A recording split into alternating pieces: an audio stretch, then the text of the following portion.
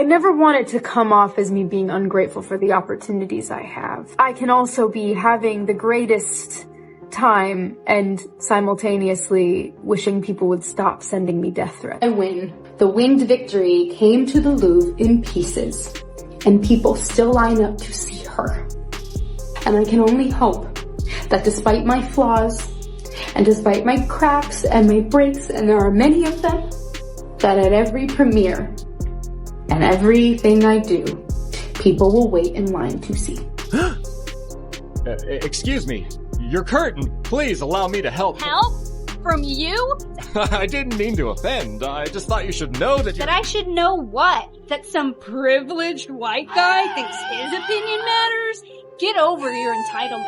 I'm not some damsel in distress waiting for you to ride in on your high horse. Snow White, budget $250 million, box office $43 million. Oh, but it's only been 2 days, give it a chance. No, I'm not gonna give it a chance. I'm not even talking about that number. Because like all the flops are unsurprising at this point. Something is going on behind the scenes with almost every major animation, video game, and movie studio that they're doing this intentionally or something. I don't fucking know. I'm not even gonna talk about this. People are like, oh wow, Snow White flopped. Who is surprised? You cast arguably the least genuine, most out of touch and disliked person in her industry, and her industry is Hollywood. And the bad guy is Gal Gadot. Alright guys, I watched Snow White, so you don't have to. Let's get into it. Now first things first, Snow White gets her name not from the fairness of her skin, as we obviously know Rachel Zegler would be a miscast in that sense. Instead, she gets her name from surviving a snowstorm. Her father and mother are king and queen to a utopian communist society. I'm not joking, guys. Everybody shares and is mindful of what each person is getting, and we spread our resources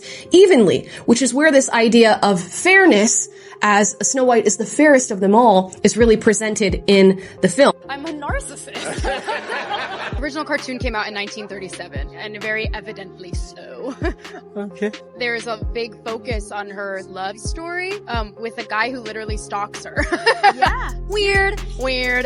And then it became like, I will elbow everyone out of the way. That people will assume is a love story just because like we cast a guy in the movie, right. Andrew Burnap. All of Andrew's scenes could get cut. Who knows? It's Hollywood, baby. I say, if I'm gonna stand there 18 hours in a dress of an iconic Disney princess, I deserve to be paid for every hour that it is streamed online. And we absolutely wrote a Snow White that is not gonna be saved by the prince. She's not gonna be saved by the prince, and she's not gonna be dreaming about true love. She's dreaming about becoming the leader she knows she can be. Please welcome Rachel Zegler and Gal Gadot.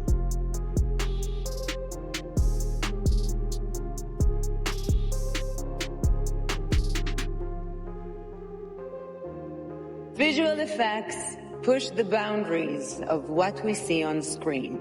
Their work makes the impossible seem possible.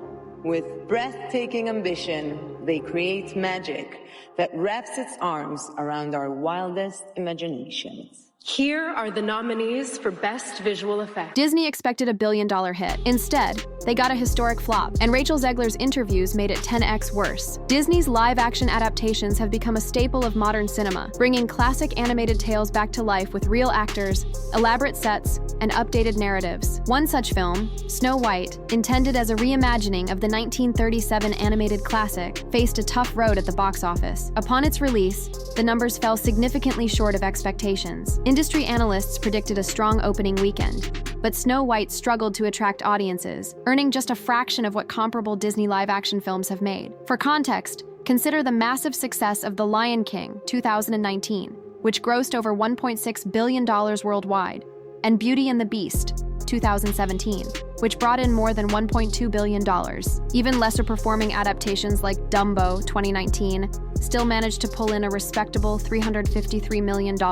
In contrast, Snow White has barely crossed the $100 million mark globally, signaling a significant disconnect between the film and its intended audience. Critical reception also mirrored these financial shortcomings. While some praised the visual effects and costume design, others found fault with the film's pacing, calling it uneven and sluggish in parts. Audience feedback highlighted similar concerns, with viewers pointing out that the film lacked the heart and magic of the original. Casting choices were another hot topic, with debates centering on whether the film's attempt at modernizing classic characters diluted the charm that made the original so beloved. Musical elements, traditionally A strong point for Disney films were another area where Snow White received criticism. The reimagined soundtrack failed to resonate, and many fans expressed disappointment at the exclusion or alteration of iconic songs. These combined issues contributed to the film's lukewarm reception and underperformance. The modern moviegoer is no longer satisfied with the traditional fairy tale formula. As audiences evolve,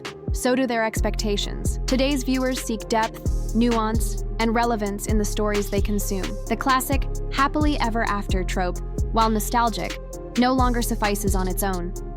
Instead, there's a growing demand for narratives that reflect the complexities of real life, even within the framework of fantasy. This shift is particularly evident in the push for diversity and representation. Modern audiences want to see characters who look like them, who speak their language, and who grapple with issues they understand. Disney has made strides in this direction, with films like Raya and the Last Dragon and Turning Red receiving widespread praise for their cultural authenticity and emotionally rich storytelling. These films have not only performed well critically, but have also resonated deeply with viewers, especially younger audiences. Raya and the Last Dragon, for instance, set in a fantastical Southeast Asian-inspired world, introduced a strong female protagonist whose strength lay not just in combat, but in trust and vulnerability. Turning Red explored the intricacies of adolescence, identity, and familial expectations through the lens of a Chinese-Canadian teenager. Both films moved away from traditional fairy tale narratives and embraced more contemporary, relatable themes. The Disney Princess franchise has undergone a profound transformation over the years. Gone are the days when princesses waited in towers to be rescued. Today's Disney heroines are leaders, warriors, and explorers.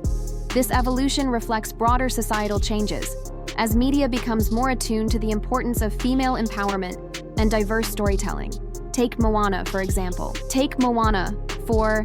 Unlike her predecessors, Moana's journey was not centered around finding love, but about self-discovery, leadership, and saving her people. Brave introduced Merida, a headstrong Scottish princess who defied tradition and forged her own path. These characters are celebrated not for their beauty or romantic entanglements, but for their courage, intelligence, and independence. Such portrayals have helped redefine what it means to be a princess in the Disney universe. They challenge outdated stereotypes and offer young audiences role models who are complex, ambitious, and relatable.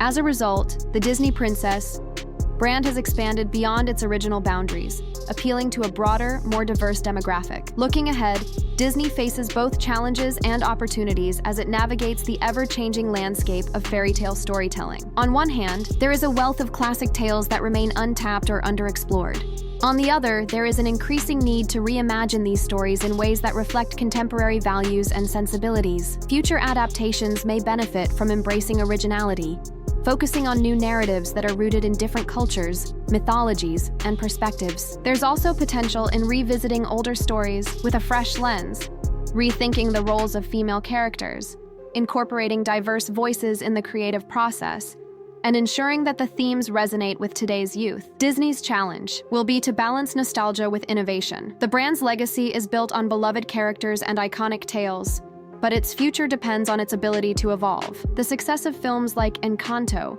which centered on a Colombian family with no traditional villain and a unique magical premise, shows that audiences are open to new kinds of stories, as long as they are told well. Predicting the future, we may see a Disney princess lineup that includes characters from African, Middle Eastern, Indigenous, and other underrepresented cultures. These princesses might not even be royalty in the traditional sense, but will embody the spirit of heroism, compassion, and resilience.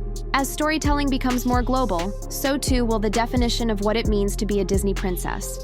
What do you think the future holds for Disney princesses? We want to hear from you. Share your thoughts in the comments below. Do you have a favorite Disney princess film?